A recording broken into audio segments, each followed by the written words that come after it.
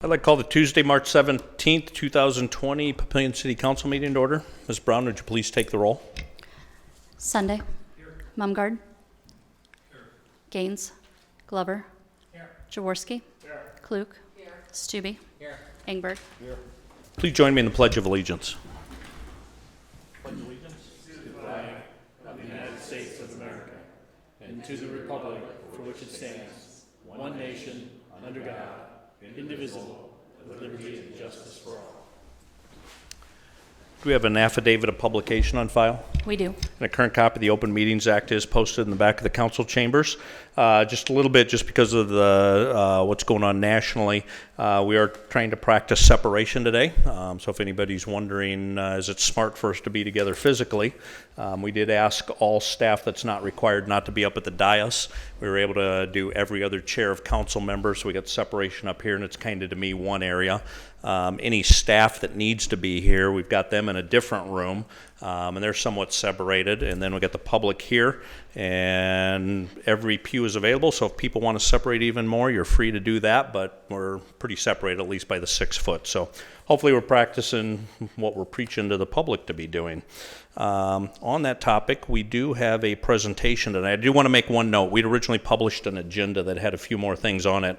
We were going to swear in some police officers and firemen and policemen tonight, and we did remove that from the agenda just because that would encourage a crowd, and obviously we don't want to put the public safety at risk, so we pulled that off of the agenda. And then we did amend the agenda specifically to have an update regarding the health department.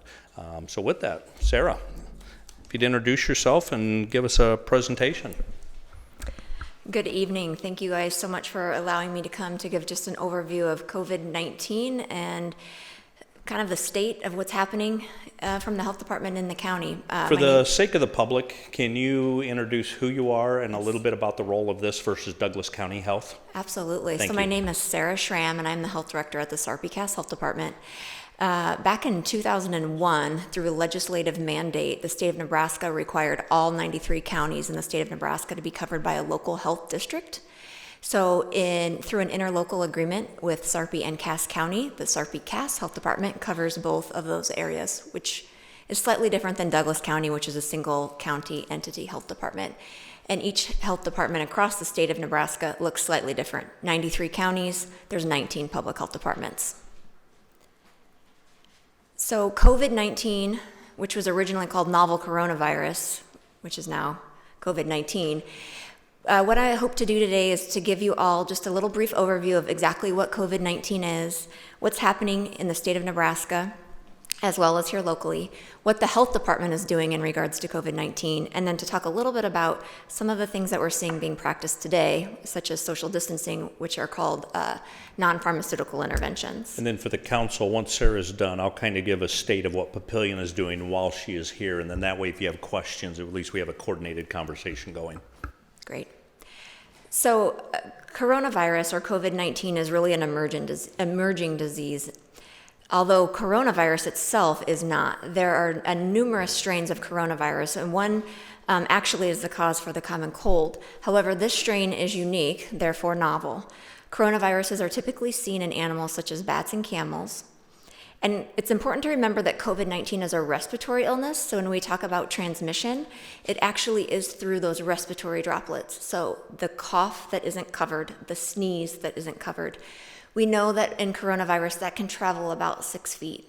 An individual then can breathe that in through their nose, enter it through their mouth or their eyes, and enters the body that way and then goes to the lung, therefore causing that infection. It's spread person to person. Right now, the individuals that we consider at highest risk are our healthcare providers that are treating individuals that are positive for COVID-19, as well as our older adults, and then anyone that has underlying health conditions, so such as diabetes or heart disease. The interesting part about COVID-19 as a respiratory illness, when you think about seasonal influenza, the attack rate on the youth and the young is much higher with seasonal influenza. But what we're finding with COVID-19, however, is that children do not seem to be more susceptible to this illness. This is a very interesting slide. I actually gave a pretty similar PowerPoint, this exact same PowerPoint almost, to the Sarpy County commissioners last week. The photo on the left was a snapshot of the case count 1 week ago. The photo on the right is a snapshot of the case count as of last night at about 9 o'clock. So as of March 16th, 9 o'clock last night, we had over 3,487 cases in the United States. The picture on the left was 423. So it's quite a difference that a week makes. As of yesterday, there were 68 deaths related to COVID-19 in the United States. Jurisdictions, there's 53 jurisdictions reporting in the United States COVID-19, which is 49 states, District of Columbia, Puerto Rico, Guam, and the U.S. Virgin I'm Islands. going to interrupt you real quick. For the folks coming in, could you come up to the front pews that are empty? We're just trying to get the separation of people in the room. So when we think about case counts in Nebraska, I will throw the caveat out that case counts change all the time. We could have breaking news that there would be another case at any moment, but currently we're at 21 cases in the state of Nebraska that have tested positive, and we had 206 individuals that were tested, and that test came back negative. In our jurisdiction, so in Sarpy and Cass County, we actually have 2 positive cases of COVID-19, 1 in each county. The county case in Cass County is related to an individual that was a traveler with the index case from Douglas County on the same flight. And we received our first positive Sarpy County case today.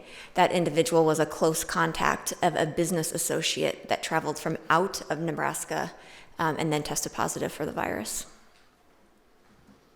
So, what is the health department doing?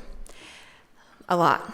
But if we put that into different themes, planning would be one. So we're working really closely with our business officials, city and county officials, law enforcement, schools, anyone and everyone that would like our help to really think about how are we planning to make sure that our community is ready to respond to this. We're doing a lot of information sharing, Facebook, Twitter, Instagram, press releases, websites. If you don't currently follow the health department, I would encourage you to please do so. We're putting stuff out all the time. So really trying to find the best way to communicate to a variety of different audiences across the spectrum of information sharing platforms. We actually at the health department have a full-time emergency response coordinator. So all year round, we are planning and preparing for any sort of public health response. That could be anything from things like COVID-19 all the way up to flooding, tornadoes, natural disasters, and such. We're also doing a lot of monitoring right now. The health department is currently monitoring over 150 different residents across both counties, and we're doing that through active monitoring or self-monitoring. So I'll use the example of the Fremont exposure back in the end of February.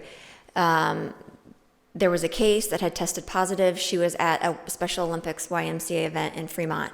We received a list of over 80 residents across both Sarpy and Cass County. We contacted all of those individuals, and then we did what was called active monitoring. So every day they would reach out, or we would reach out to them. They would have contact with the health department.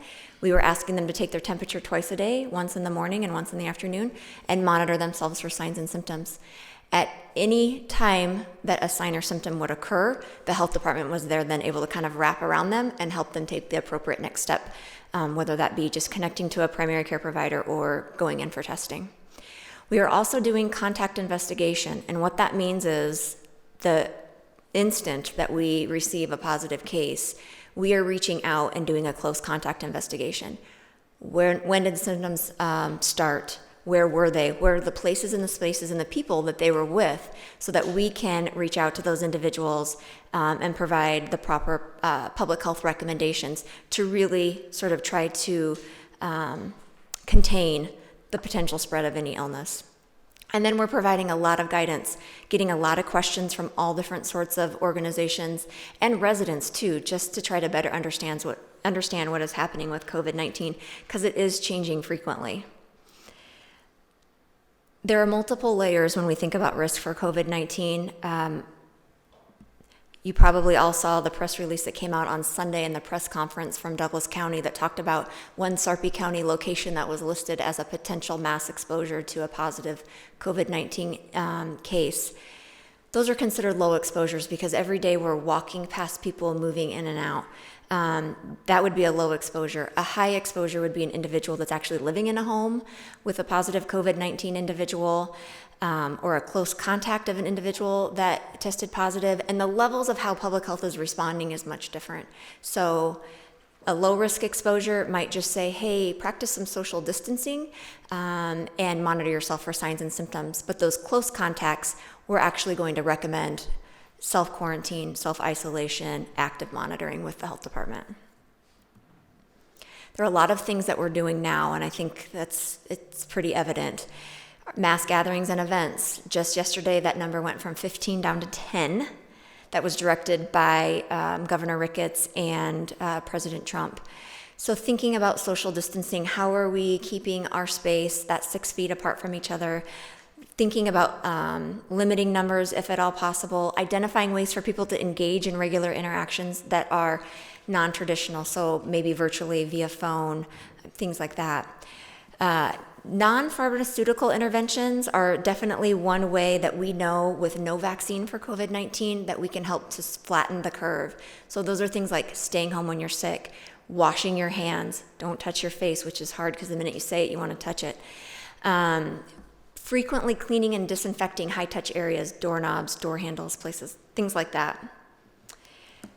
And then for returning travelers, we're getting a lot of calls about returning travelers. So right now, the health department's recommendation, which is in conjunction with DHHS's, is that any individual that is returning from a CDC level 3 country, which as of right now is China, Italy, Iran, and South Korea, when they return to the state of Nebraska, they report to their local public health department. We recommend self-quarantine for 14 days from the day they left that country, along with active monitoring from our staff. We've also included in that now any domestic travel to areas where we're seeing high levels of widespread community transmission. That list changes daily as well too, but the hot spots that we're looking at now are Seattle, King County, Santa Clara, California, and Worcester, New York. We are asking all travelers, international and domestic, from any place other than those that I just mentioned, to really keep in mind that all travelers at this point are at a higher risk of potential exposure to COVID-19. So limit those public interactions, practice social distancing, and if any signs and symptoms would occur, to immediately isolate and call your healthcare provider. The Department of Health and Human Services, on their main COVID website, has a link in the upper left-hand corner. Anyone that would like help through the health department for monitoring, they're worried about travel, they're worried about a potential exposure, they can go in and fill out that survey. That information gets passed along to us. We reach out to them and then help them sort of through that of monitoring themselves for signs and symptoms.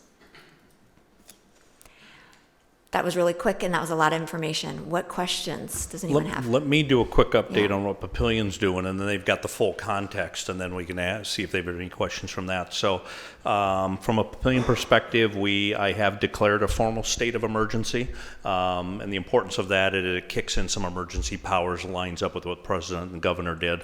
And so we do have a formal declaration of the state of emergency.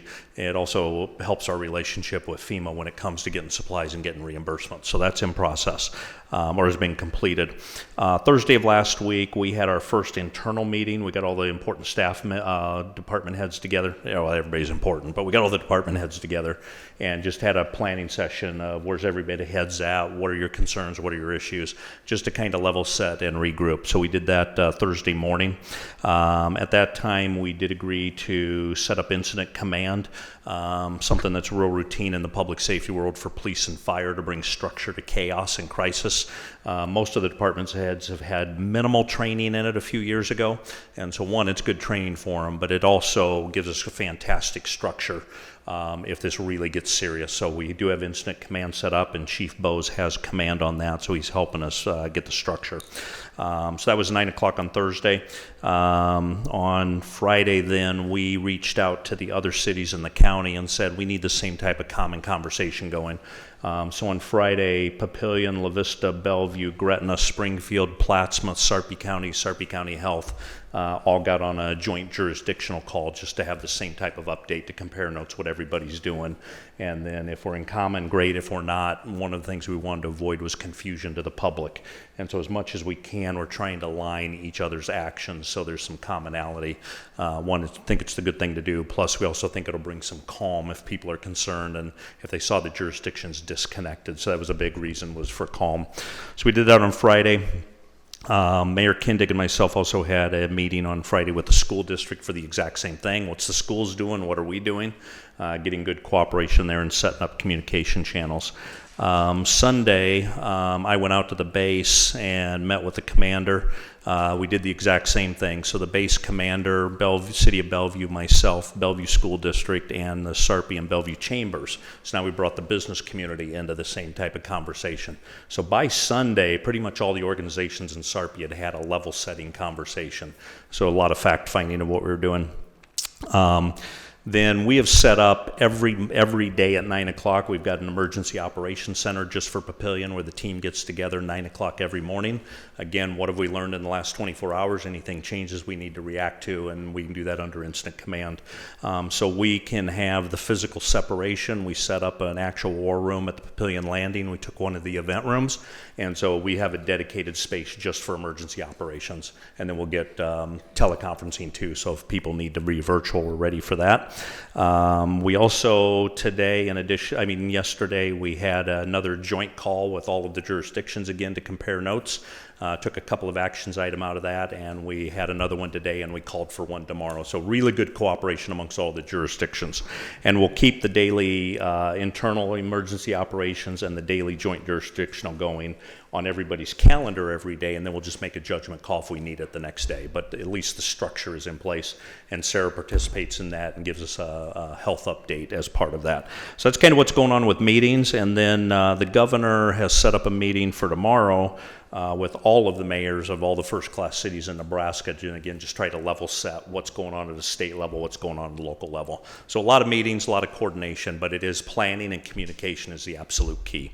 The other things we've been doing, crowds, the number of 50 versus 10 versus 25 has been a big topic of conversation. Is it a mandate? Is it coming from the president? Is it coming from the governor? Is it a suggestion? Is it an enforcement action? And so the chiefs themselves are having specific meetings around that. And there's a lot of logistics around that, because if the governor's saying there's a number of 10, somebody's driving down the street and sees 12 cars in a parking lot, some people are calling 911. I see 12 cars in a parking lot, they're over 10, police resources now are going out and responding, we don't need them responding. So these have real implications that we're dealing with. So the chiefs are all coordinating on the crowd thing. Our philosophy right now, and we sent out a press release and we have a letter going to the businesses, is if they see big crowds, 25, 50, obviously they're going to go talk to them. If it's a 10, right now we're going to treat it more as the businesses are grown up, should be taking the recommendation, but the officers are free to go in and visit with them, and we'll work a scaled thing. Make them aware, hopefully they comply. If they don't, scale down. But at some point, the governor could require enforcement action, and I think those conversations are occurring. So the other thing we're doing internally, on Friday, we shut down all programming that the city sponsors. We shut down the senior center and the youth center, thinking of the two spectrums that are at risk. And then yesterday morning, we closed the library and we closed the community center. And then we had the police department, the fire department, and the water department set up for only essential personnel. A spouse can't go into the building, a child can't go into the building, nobody else can go in that building because we don't want the exposure to the public health. And then just today, we extended that to all city facilities except for a council meeting tonight. So only essential personnel in all of our buildings. The other thing we're putting in place is the whole separation. Some of it's the practical things that we just spread out. But we are also looking at individual departments and should we break them up? Do people work from home? We're talking the potentially setting up an annex for the police department. So half of the department is physically in one place and half is another. So that's the type of planning we're doing. Then we're doing a lot of evaluation of what are essential services, just basic government services. So if all of a sudden we don't have a workforce because everybody's quarantined for 14 days, what do we absolutely have to do, and what are the backup plans on how to do that? So kind of long-winded what we've been doing up here. So with that, I'll open it up a little bit to council questions and discussion. We are set up different tonight, so we don't have the queuing system of the mics. So if you do have a question, just kind of raise your hand, and I'll try and take them in order, if there are any for Sarah or myself. Mr. Glover, and if you could turn your mic on so we can record it for the minutes. I was going to ask the question, is there a central area in either Sarpy or Cass County, if there happened to be a large amount of people in the community that were affected by this? Like, is Midlands Hospital or one of the other hospitals designed to, as a point like the Med Center and some of them are? Yeah, that's a great question, and I think it's important to remember that not all COVID-19 cases will escalate to the need for a biocontainment unit. So with the proper personal protective equipment and an AIIR room, which Midlands has, Bellevue Medical has, they can have those patients in that facility.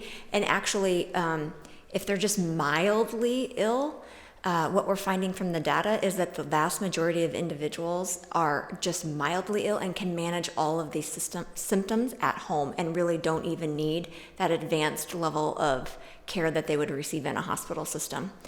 But definitely thinking about, when we talk about flattening the curve, that's probably the new buzzword for this week.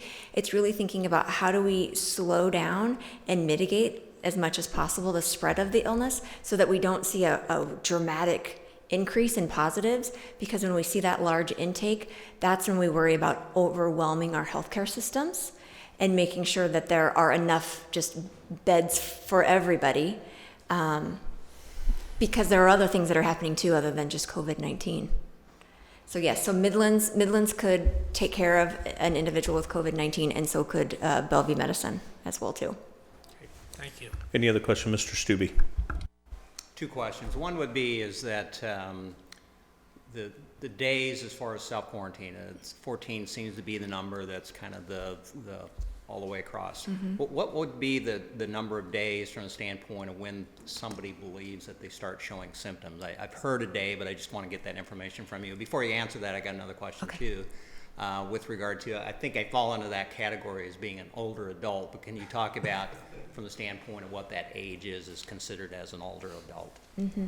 So I'll start with the last one because it's a little bit easier. That 60 to 65 year age range and up, that's when we start to see that incremental rate of illness getting higher and higher and higher at that rate. And then anytime you add any comorbidities in there as well too, so like the diabetes, heart disease, anything like that, that can amplify that increase. And then, I'm so sorry, you're first. Self-quarantine, yes. So we do, research is showing, and the hard part about a novel illness is it's new. So every day is a lot of new data coming at us. But what we know up to this point is that 14 days is the incubation period for this illness. So from date of exposure to 14 days, if you were exposed and you are going to get sick, you will become ill within those 14 days. Symptom onset, from what we have seen in the United States, really can be as soon as a day or two, all the way up to that 13th and 14th day. Yes. Typically, by 14, you're not really seeing anything, but that 13th, 12th, 13th day, you still can see some people that are testing positive for the virus. Any other council? Mr. Sunday. Are you saying that some of these symptoms will be minor for a period of several days and then it will get more serious, or no? Not necessarily, no. So the hard part about COVID-19 is the symptoms are very similar to what would be influenza-like illness. Sure. So when you think about the most common symptoms are fever, 100.4 or greater, cough, shortness of breath, and feeling fatigued, not feeling very well, right? So that can kind of mimic a little bit of an influenza. So not necessarily that your symptoms will progress as time goes, but you'll start to see those symptoms within that 1 to 14 day period. And you talked about the two levels of risk of somebody who might have had exposure, one being greater because they had close contact with someone. How about somebody that was on a flight with someone that then subsequently tested positive? Are they at that greater level? So the beauty of that is the CDC actually has a whole branch that is looking at global health. So for example, if you are on a plane and they have, based on the illness, and for COVID-19, it's 2 rows in front or 2 rows behind, they work at a federal level to let the state know you have a resident that was either 2 rows in front or 2 rows behind. We as a health department then intercede right away, and you go into that 2-week quarantine, self-quarantine, and then we're helping you monitor your signs and symptoms. Are the rest of the passengers that weren't that close, are they notified? They are not notified by that entity at CDC, and it's based on that science of that 6-foot radius, that close contact. Any other council questions? Mr. Stubbe.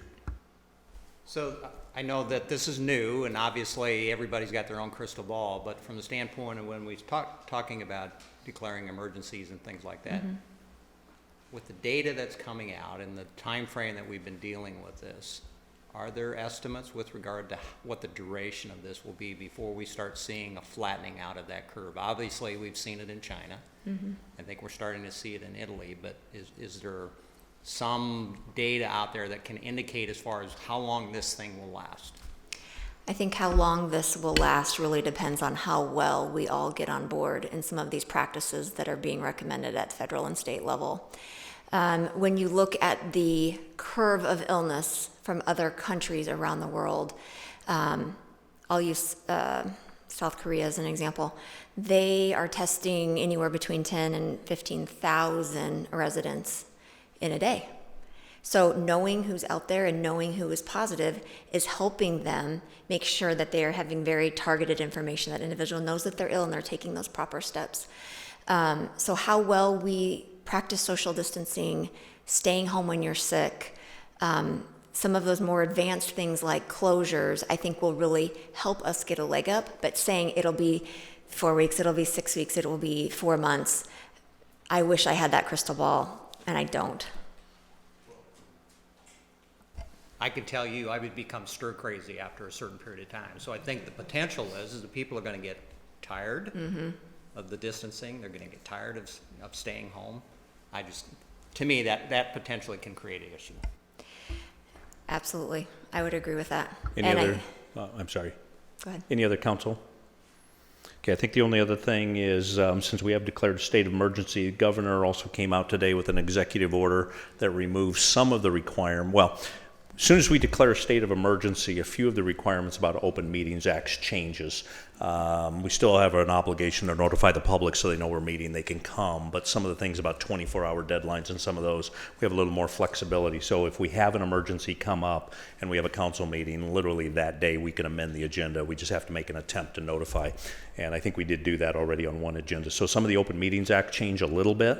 And the other thing is the governor did put out an executive order today, which up until this point, there's been a prohibition against a council member participating in a city council meeting unless they are physically here. You can't dial in and participate. He did remove that restriction. We don't have the technology in this room because of the acoustics, so we're not doing it tonight. But we are going to start investigating, can we do virtual city council meetings? We have the authority now. Now we need to practically get there. So the next couple of council meetings might change, and we'll figure that out. So just stay tuned. Mr. Stubbe.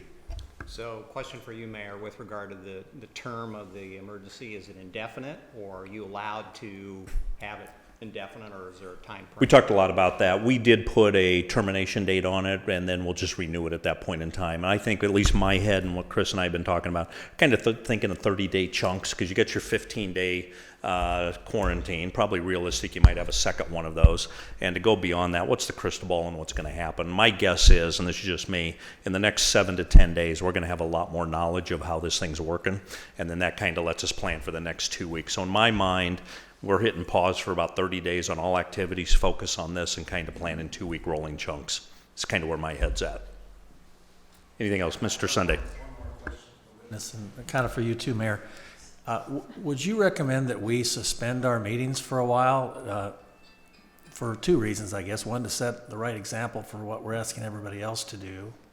And 2, because it probably would create more social distancing. We've talked about that, and that is on the table. In fact, I think Omaha's already done it. I think La Vista went virtual tonight, so that's not off the table, and we were talking about that. Okay. And some of that's going to be, what powers do we have if the council doesn't meet and we don't have a quorum? Can we still conduct business? But I think we can, and we're working through that. Okay, Mayor, thank you. I'd like to hear what the guest You has bet. to say about that too. I think the more that you can find non-traditional ways to hold your business for the city, the better. Thank you. Appreciate it. Thank you. Thank you very much for coming out. Next is the consent agenda. Do we have motion to approve consent? Motion by Councilman Klug. Second by Councilman Sunday. Since we are away from the tables, we're going to do roll call votes. Ms. Brown, would you please take the roll? Sunday. Mumgarde. Glover. Jaworski. Klug. Stube.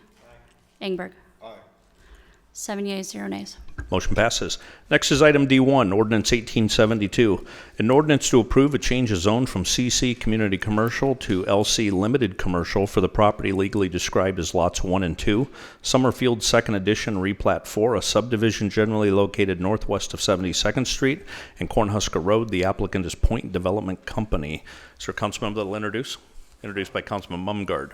Item D2, Ordinance 1876, an ordinance to approve a change of zone from R2 single-family residential medium density to R4 PUD2 multifamily residential specific planned unit development for the property legally described as Lot 3, Block 33, Beatles Addition, generally located at 524 North Jefferson Street.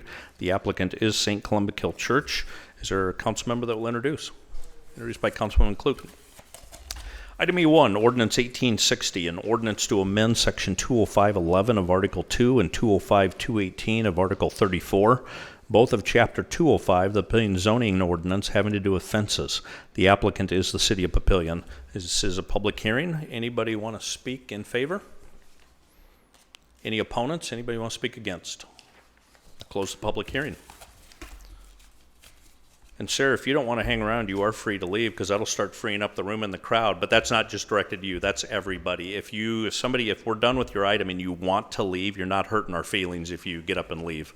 And again, it leads to the separation of the crowd. Item F1, Resolution R200039, a public hearing and a vote. A resolution to approve a mixed-use development agreement for the property legally described as Lot 1, Shadow Lake Replat 2, generally located on the southwest corner of South 72nd Street and Ponderosa Road. The applicant is Sheltering Tree, Inc. This is the public hearing. Any proponents? If you come up and you state your name for the record.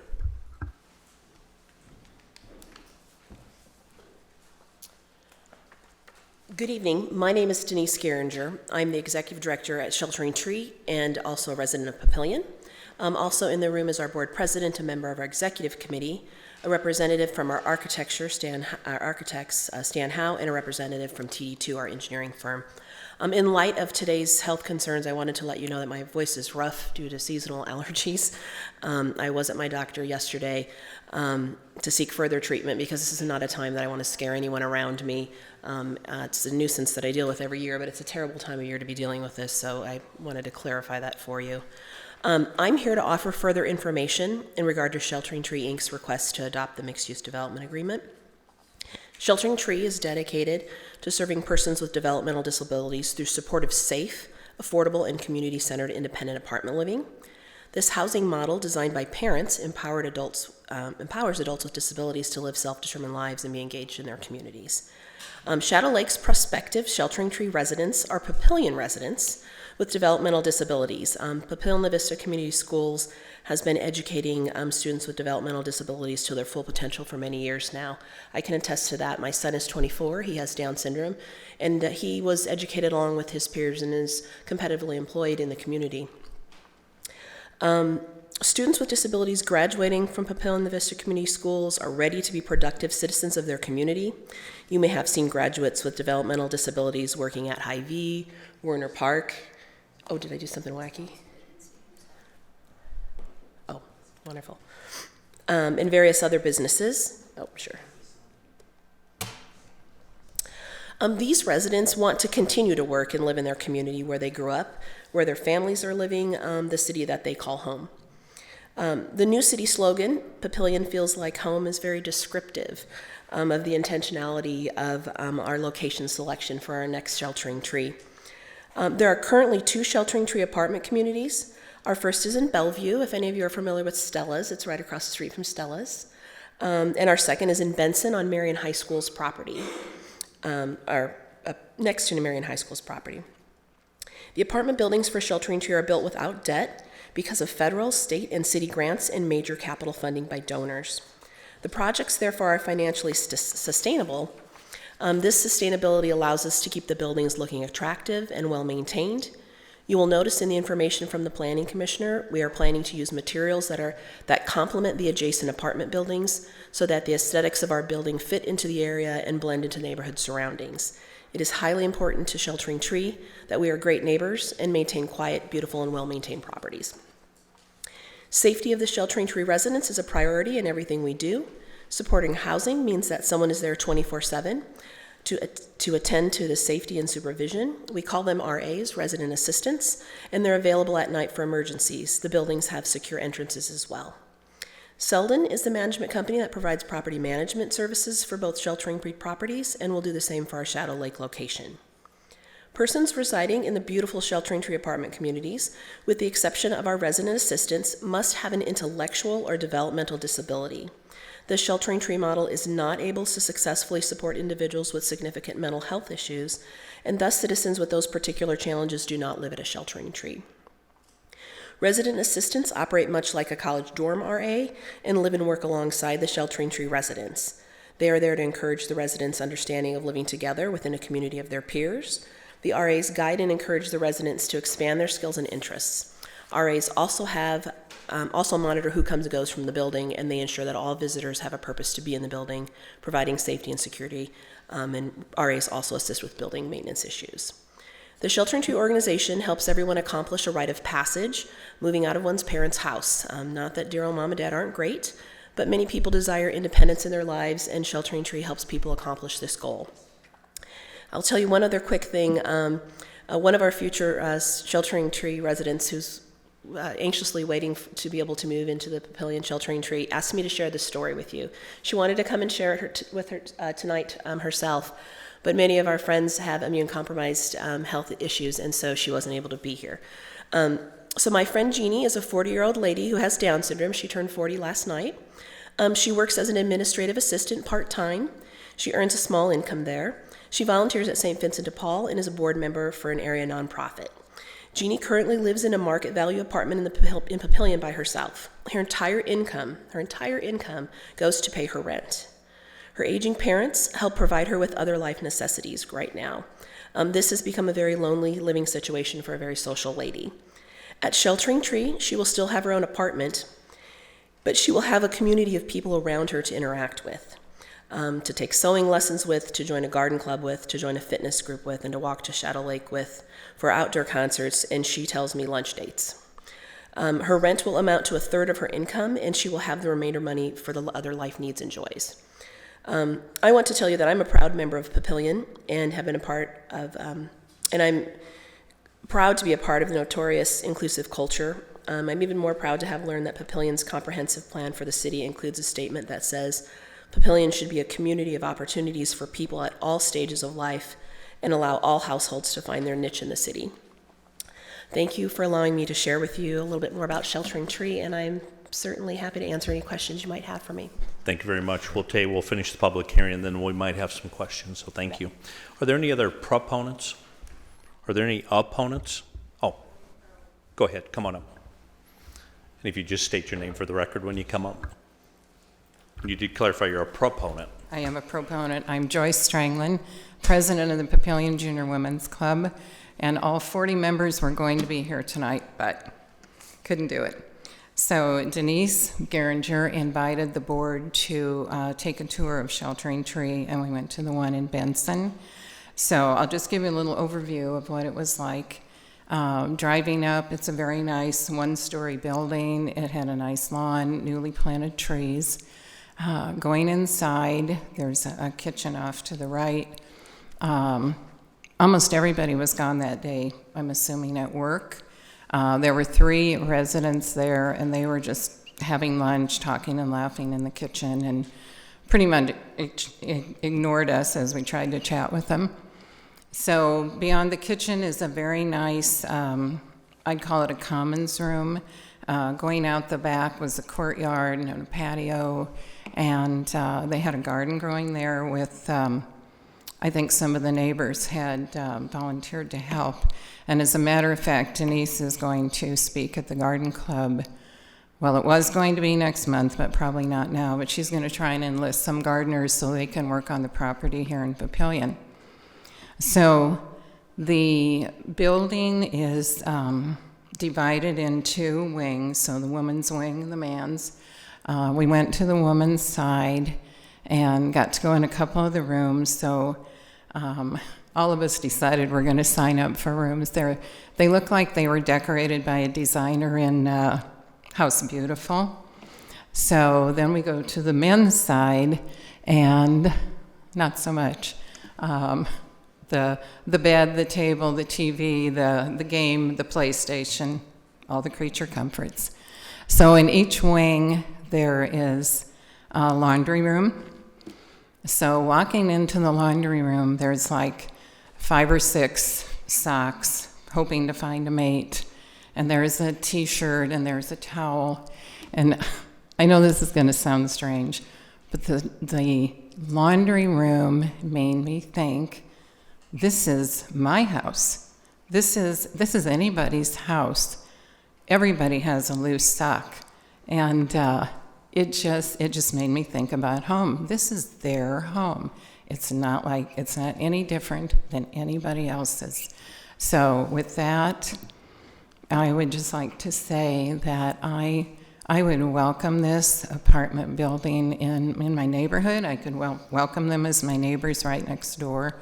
I personally endorse this, and the Women's Club is 100% behind it. Thank you very much. Thank you. Thank you. Do we have any other proponents? Do we have any opponents? I'll close the public hearing. Is there a motion to approve Resolution R200039? Motion by everybody. Motion by Councilman Sunday, second by Councilman Ingberg. Any council discussion? And I'll just reiterate, I was invited up for a tour as well, and went up, Mr. Sturzman, myself, and we went up and took a tour and interacted with some of the residents. It's an amazing facility. And the one story that resonated with me, and I want to tell a little bit because these are publicized in case anybody's got any questions. Some of the people with developmentally disabled, and I think in this case it was Downs, if they don't have the support system and something like this, they're probably staying at home at their parents' house. And then as they get older, so all of a sudden you got a 25, a 30-year-old, a 35-year-old at home, and they're not interacting with other people. And I think actually in some cases they're being told what to do. They're not making decisions. And they're in a safe place because they're in mom and dad's house, but they're not interacting with other people. They're not making decisions. They don't really have control of their life. And I even think depression, could kick in. As soon as they moved in here, it is their home. They're in control of their decisions. They're getting jobs. They've got income. They're deciding where to spend their money. And the 2 individuals I talked to, they said all of a sudden their life just changed because they're making decisions and they have a home. It was an amazing thing to watch. So thank you for what you do. I'm not advocating for an approval, but please vote. Sunday. Aye. Mumgarde. Yes. Glover. Aye. Jaworski. Aye. Klug. Yes. Stube. Yes. Ingberg. Yes. 7 yeas, 0 nays. Motion passes. Thank you. Next is item F2, Resolution R200041, a public hearing and a vote. A resolution to approve the First Amendment of the 370 North Mixed Use Development Agreement for the property legally described as lots 1 through 7, 10 through 14, 16 and 17, and outlots A, B, and E.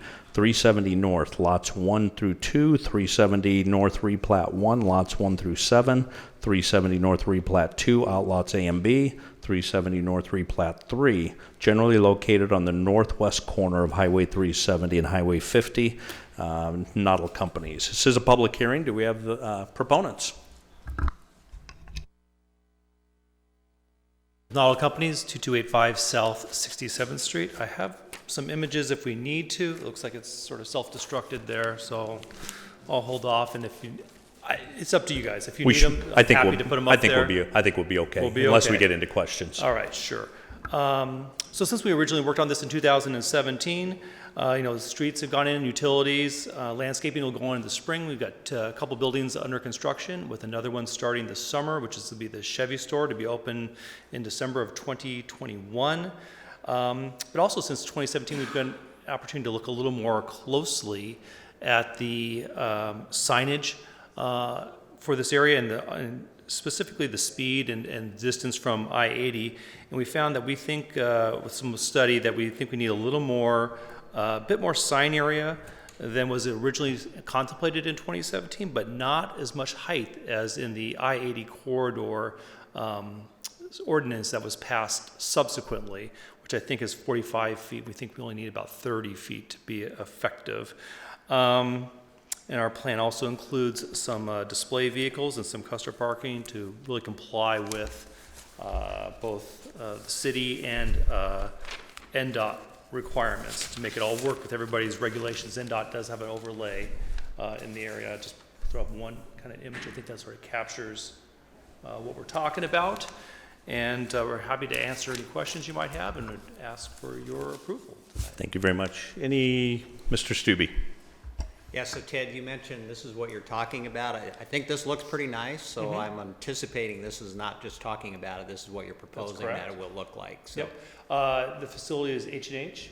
You might be familiar with their new Onyx facility out on West Dodge Road, so if you've driven by that and see the amount of berming, landscaping, and the care that was put into that, I think that's typical of their new facilities. Thank you. Thank you. Any other proponents? Are there any opponents? I'll close the public hearing. There's a motion to approve Resolution R200041. Motion by Councilman Glover, second by Councilman Stubbe. Any other discussion? Please vote. Sunday. Mumgarden. Yes. Glover. Jaworski. Klug. Stubbe. Ingberg. 7 yeas, 0 nays. Motion passes.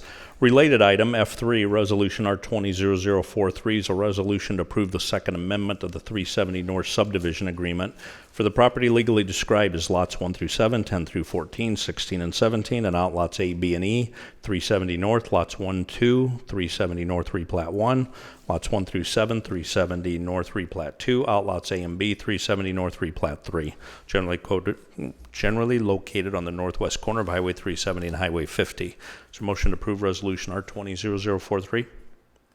Motion by Councilman Stubbe. Second by Councilman Klug. Any proponents? Will carry the comments over from the previous one. Any opponents? Council discussion? Please vote. Sunday. Mumgarden. Glover. Jaworski. Klug. Stubbe. Ingberg. 7 yeas, 0 nays. Motion passes. Thank you. The next item, items F4 through F7, the applicant today asked that we table that until the April 21st agenda meeting. Since it's a number of items, I don't want to do the motion multiple times, so I'm going to do it all under one unless there's any objection to that. So I'm going to call for a motion to postpone items F4, F5, and F7 to the April 21st, 2020 City Council meeting. Moved by Councilman Ingberg. Second by Councilman Glover. Do we have any proponents? Opponents? Any council discussion on that? One of the items is F6, but that's a public hearing, and we already published for that, so I am going to hold the public hearing, and then we'll keep that open and carry it over. So please vote on everything except the public hearing. Sunday. Mumgarde. Glover. Jaworski. Klug. Stube. Ingberg. 7 yeas, 0 nays. And just to clarify, in the motion, I did not mention the resolution numbers. I just mentioned the item numbers of F4, 6, and 7. It's Ordinance 1829, Resolution R200044, and Resolution R200046 that were carried over. But item F6 is a public hearing. So Resolution R200045, a public hearing and a vote. This is a public hearing. I'll open it. Do we have any proponents? Do we have any opponents? Do we have a motion to continue Resolution R200045 also to the April 21st City Council meeting and keep the public hearing open? Motion by Mr. Stube. Second by Councilman Jaworski. Any proponents? Opponents? Council discussion? Please vote. Sunday. Mumgarde. Glover. Jaworski. Klug. Stube. Ingberg. 7 yeas, 0 nays. So that hearing does remain open, so we'll continue that at the next one. Item F8, Resolution R200047, a resolution to approve a final plat for the property legally described as a replat of Lot 34 and Outlot E, Sumter Crossing, a subdivision generally located on the southeast corner of 114th and Schramm. The applicant is Boyer Young Development Company. Is there a motion to approve Resolution R200047? Motion by Councilman Jaworski. Second by Councilman Glover. Do we have any proponents? I will note for the record the applicant is not here, but they called us, and it's because of what's going on in the separation is why they're not here, so we're good with that. Any opponents in council discussion? Mr. Sunday. The debt ratio is going up from what was originally contemplated. Travis? Did you hear the question? I did. If you would just, this is the Sumter Crossing for the phase. The debt ratio did increase. We did work with the applicant on this project where the improvements were below 5% is what we directed them to do. They were able to move some of that general obligation debt to a future phase to get the debt ratio of debt into a comfortable level that staff was at. So you're comfortable with the Yes. number? Yes. Thank you. Any other council? Please vote. Sunday. Mumgarde. Glover. Jaworski. Klug.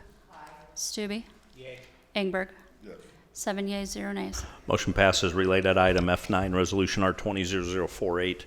Resolution to approve a final plat for the property legally described as a tract of land being part of tax lots 7 and 8, tax lots located in the northeast quarter of Section 5, Township 13 North, Range 12 east of the 6 p.m., Sarpy County, Nebraska, generally located on the southeast corner of 114th and Schramm. The applicant is Boyer Young Development. Is there a motion to approve Resolution R200048? Motion by Councilman Klug.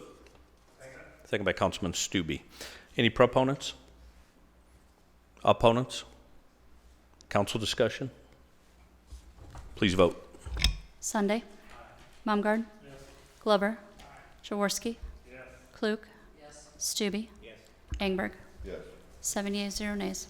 Motion passes. Also related, F10, Resolution R200049, a resolution to approve the First Amendment to the Sumter Crossing Subdivision Agreement. Is there a motion to approve Resolution R200049? Motion by Councilman Stube. Second by Councilman Ingberg. Any proponents? Opponents? Council discussion? Please vote. Sunday. Mumgarde. Glover. Jaworski. Klug. Stube. Ingberg. 7 yeas, 0 nays. Motion passes. Also related, and the last item for it, IF11, Resolution R200050, a resolution to approve the Sumter Crossing Planned Unit Development Agreement. Is there a motion to approve Resolution R200050? Motion by Councilman Jaworski. Second by Councilman Glover. Proponents? Opponents? Council discussion? Please vote. Sunday. Mumgarde. Glover. Jaworski. Klug. Stube. Ingberg. 7 yeas, 0 nays. Motion passes. Item F12, Resolution R200053, a resolution to add the Deputy City Administrator as an authorized signer on bank accounts. Is there a motion to approve resolution R200053? Motion by Councilwoman Klug. Second by Councilman Jaworski. Any proponents? Opponents? Council discussion. Please vote. Sunday. Mumgarde. Glover. Jaworski. Klug.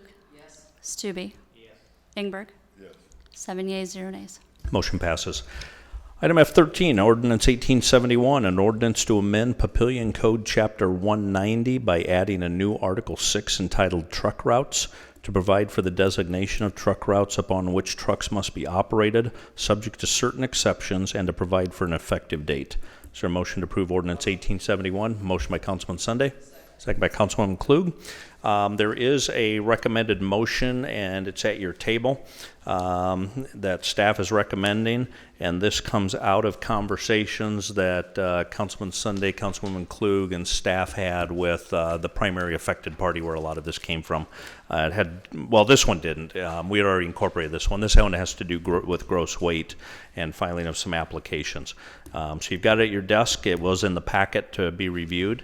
Is there a motion to amend Ordinance 1871 to add the following new subsection G to Section 190.25 entitled Exceptions? Motion by Councilman Sunday. Second by Councilman Glover. Are there any proponents? Opponents? Council discussion on the motion to amend? Please vote on the motion to amend. Sunday. Mumgarde. Glover. Jaworski. Klug. Stube. Ingberg. 7 yeas, 0 nays. The motion is amended. Any council discussion on the motion as amended? And Mr. Thompson is here if anybody's got any questions. If not, please vote. Sunday. Mumgarde. Glover. Jaworski. Klug. Stube. Ingberg. 7 yeas, 0 nays. Motion passes. F14, Resolution R200061, a resolution to approve a COVID-19 pandemic sick leave policy. Is there a motion to approve Resolution R200061? Motion by Councilman Ingberg, second by Councilman Sunday. Any proponents? Opponents? Council discussion?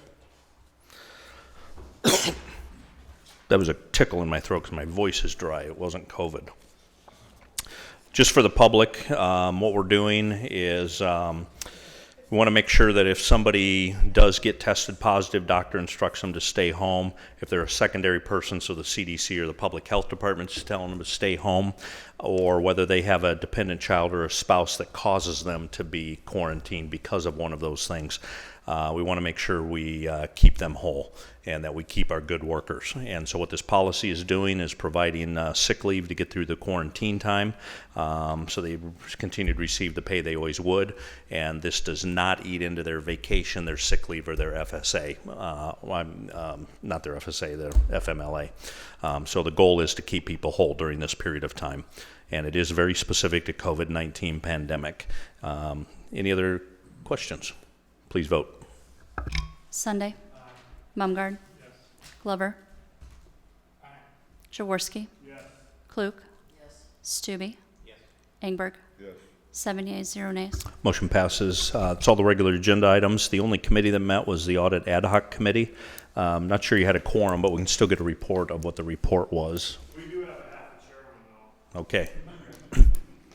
Go ahead, half a chairman. Okay, well, half of the committee met tonight, and since we didn't have a quorum, we didn't elect a chairman, and so I will be the interim half chairman, I guess.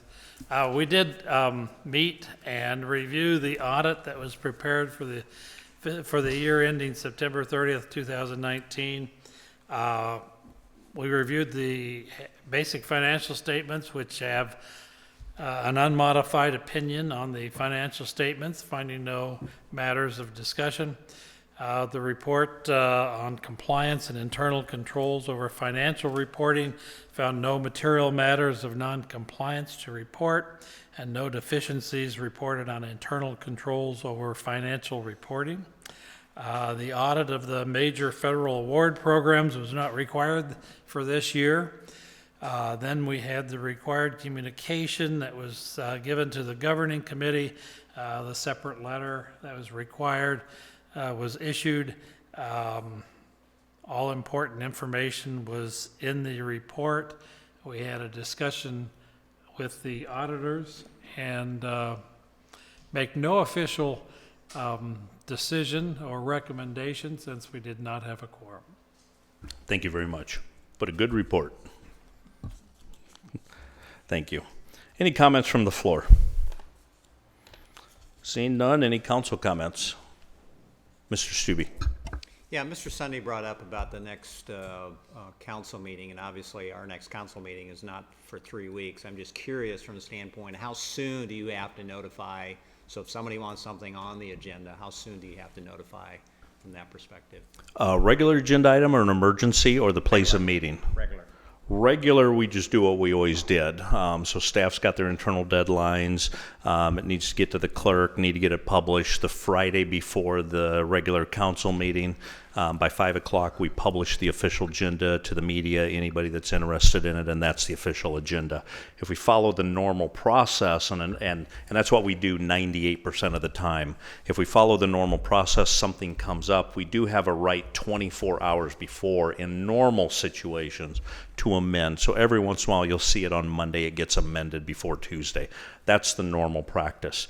In this situation, if there is an emergency related to the emergency, we do have a right to amend it, probably, I'm assuming, all the way up till the day, the minute we're meeting. We have a right to do that.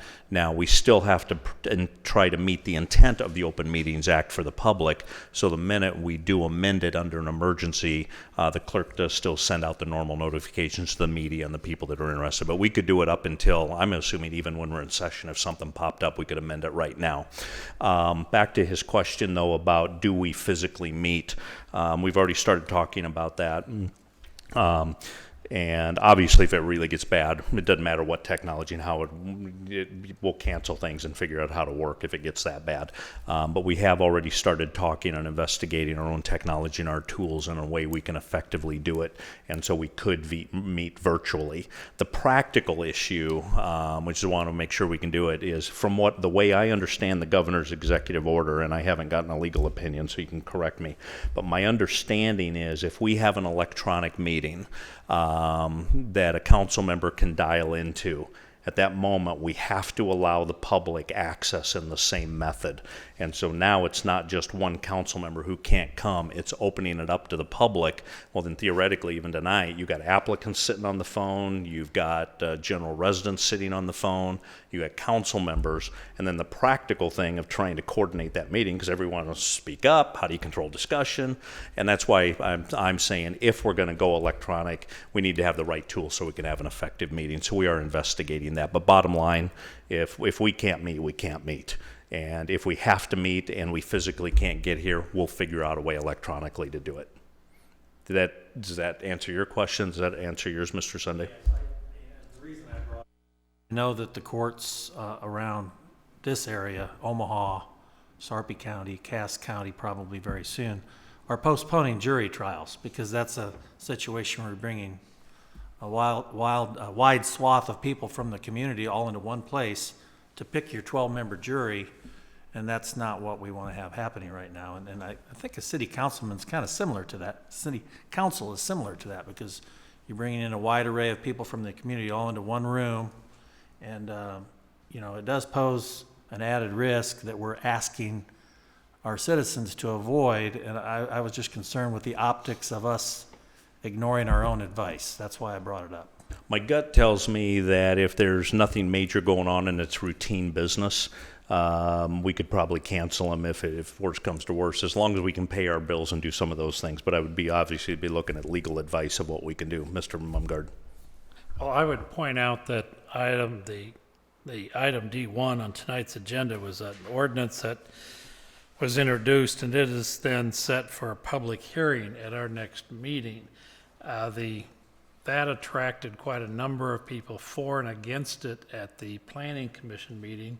So I would anticipate that there would be a great number of citizens who would want to come to express their views on that. So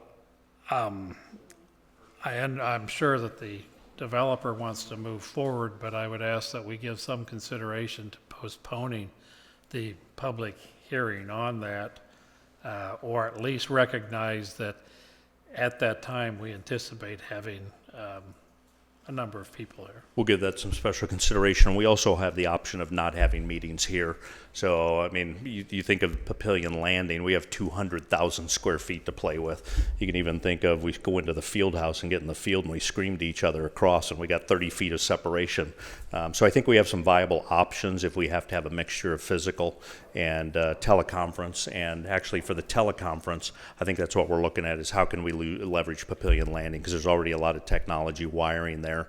And if we put something in place there, once we're done, it's already in place. It can be leveraged for teleconferences thereon after. So we're giving it very serious thought. And specific to Mr. Mumgard D1, that's an important point. So we'll give that some very specific thought. Any other council comments? I think the only other thing is, and I sent an email about, and it's on the related topic, I would ask courtesy, city council members don't come into any city facilities during the time, because where my head was at is, again, if there's an exposure, you come into a city building, you get exposed, and we get enough of us exposed, we just took out the leadership team that has a quorum that can make legal decisions. So other than us getting together tonight, I would say stay out of city buildings, and if you have any specific questions or issues, reach out to Mr. Green. We have that daily command center call. We will try to keep the regular communication going as decisions are made, do summaries. But in the meantime, if you've got question what's going on, reach out to Mr. Green. Other than that, we'll just do periodic summaries if there's major items. I think that's most of what we've done. Is there a motion to adjourn? Motion by Councilman Glover. Second by Councilwoman Klug. Please vote. Sunday. Yes. Mumgard. Yes. Glover. Yes. Jaworski. Klug. Yes. Stube. Yes. Ingberg. Yes. 7 yeas, 0 nays. We're adjourned. Get out of here and don't touch anybody. Wash your hands. Thank you.